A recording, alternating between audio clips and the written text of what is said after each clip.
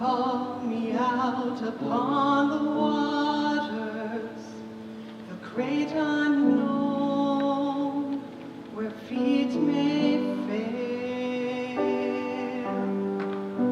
And there I find you in the mystery, in oceans deep, my faith will stand. And I will call upon your name, and keep my eyes above the waves. When oceans rise, my soul will rest in your embrace, for I am yours, and you are mine.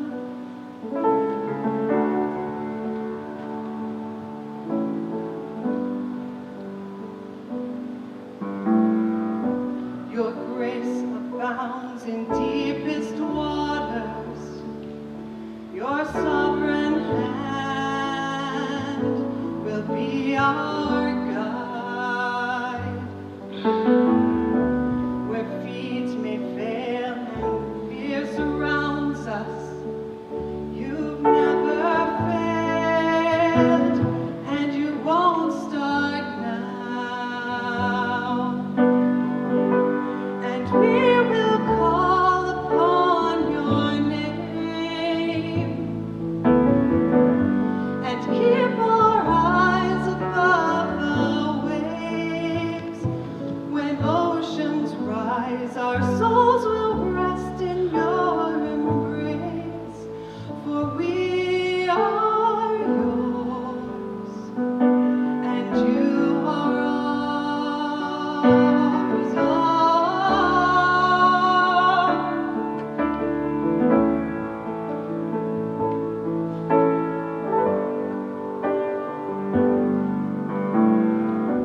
Spirit, lead me where my trust is without borders.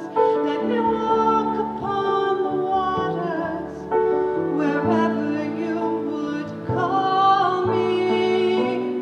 Take me deeper than my feet could ever wander, and my faith would be made stronger in the presence of my Savior. Spirit, lead us where our trust is without borders. Let me walk upon the waters, wherever you would call me. Take us deeper than our feet could ever wander, and our faith will be made stronger in the presence of our Savior.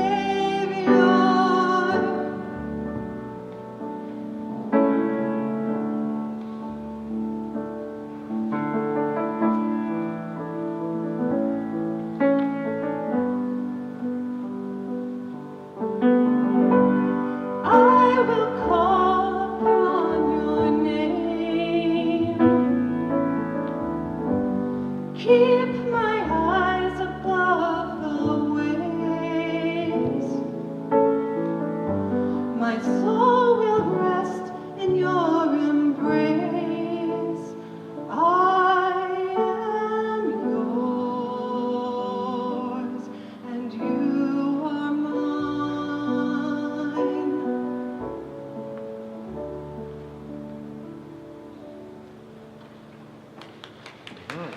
Yeah.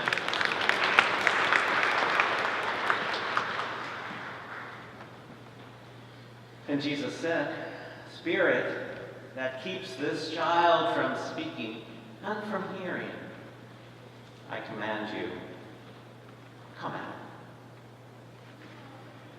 Somewhere in the course of this rough week came a voice that seemed to be saying to me, keep the faith.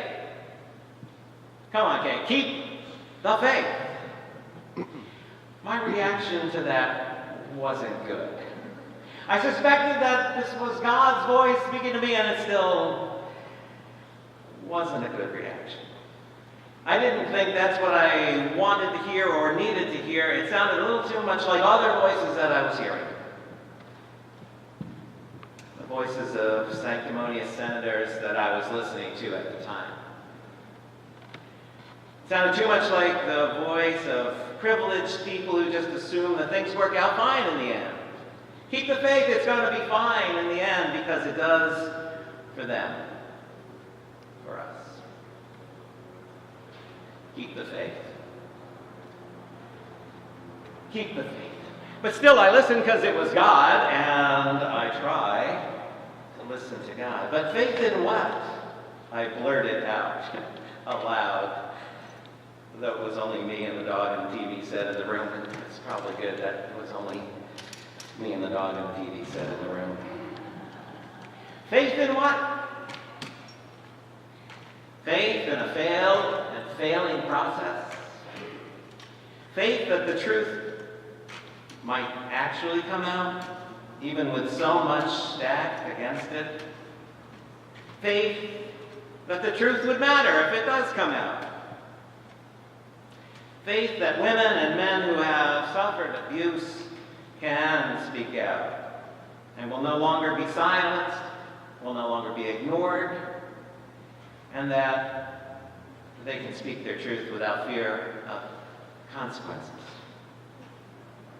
Faith in what? And then came these words of Scripture. Words of Jesus in the middle of all these other words that we read together.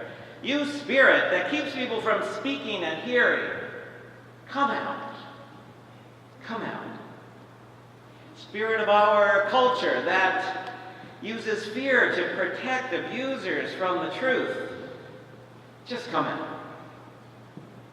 Spirit of our culture that uses arrogance to keep us from listening and hearing, come out. This kind of spirit that keeps some from speaking and keeps some from hearing, can only come out through prayer, says Jesus. But what is prayer? What is prayer? And where in this story is the prayer? And I went back and I read it, wondering where in the story is that prayer that Jesus is talking about. Now Jesus uses words to drive out this silencing spirit, challenging and charging that spirit. You spirit that keeps this one in silence, come out. Is that a prayer? Or when the distraught father complains to Jesus that these disciples that he's brought this child to can't seem to do anything. Is that the prayer? When the father of the boy who cannot speak says to Jesus, if you are able to do anything, have pity on us and help us. Is that the prayer? Or when the disciples asked Jesus, why couldn't we do anything? Why couldn't we help? Why were we completely powerless to intervene on this person's behalf? When we walked with you, when we've watched you, when we have healed with you and taught with you, why were we completely unable to do anything? Is that the prayer? Or when this child, this victim of a silencing spirit, is suddenly freed, is suddenly victim no more, but a survivor. Maybe that's the prayer. Maybe that's where the prayer is. For me, one of the moving things about this week was witnessing the testimony of survivor after survivor, casting out whatever silencing spirit was lurking around and speaking boldly, speaking out loud, speaking her truth. How amazing was it for me and for us to witness Friday's elevator confrontation, captured on camera and multiple iPhones, and shared 1 million and more times when Maria Gallagher and Anna Maria Archila confronted one senior senator on his way to the hearing. Having been inspired by the quiet but no longer silenced truth-telling of Dr. Blasey Ford to tell their truth, to not be silenced anymore by whatever spirits were lurking around in their lives. And how moving has it been when people in my family or your family, my friends, your friends, or maybe you yourselves have felt the power to be able to cast out any silencing spirits, to tell them that they have no power over speech, no power any longer over truth. Maybe that's the prayer. Because as Stephanie read for us in our first scripture, by the open statement of the truth, we commend ourselves to everyone. Did you catch that? By the open statement of the truth, we commend ourselves to everyone in the sight of God. And Scripture goes further in that passage in giving voice to what you and I and the nation and really the world have been hearing from some suddenly unsilenced voices by saying and witnessing with them. We are afflicted, but not crushed. We are perplexed, but not driven to despair. We are persecuted, but not forsaken, struck down, but not destroyed. I think it's interesting that when the boy is brought to Jesus with a spirit blocking his speech, Jesus casts out the spirit that's keeping him from speaking, but then Jesus goes further. This is a little point. I don't know if you noticed it. I only noticed it on my 400th reading of this text. He says, "You spirit that keeps this boy from speaking and from hearing, come out. Come out and never enter him again." Is it reading too much into this passage to emphasize that in Jesus' time and our own, there is a particular need for Jesus to say to a young boy, not only do I cast out what's stopping you from speaking, but also from whatever may stop you from listening.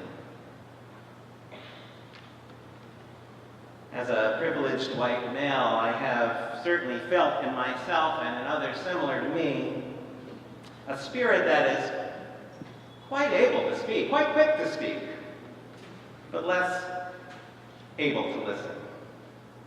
Less able in listening to really hear what's being said.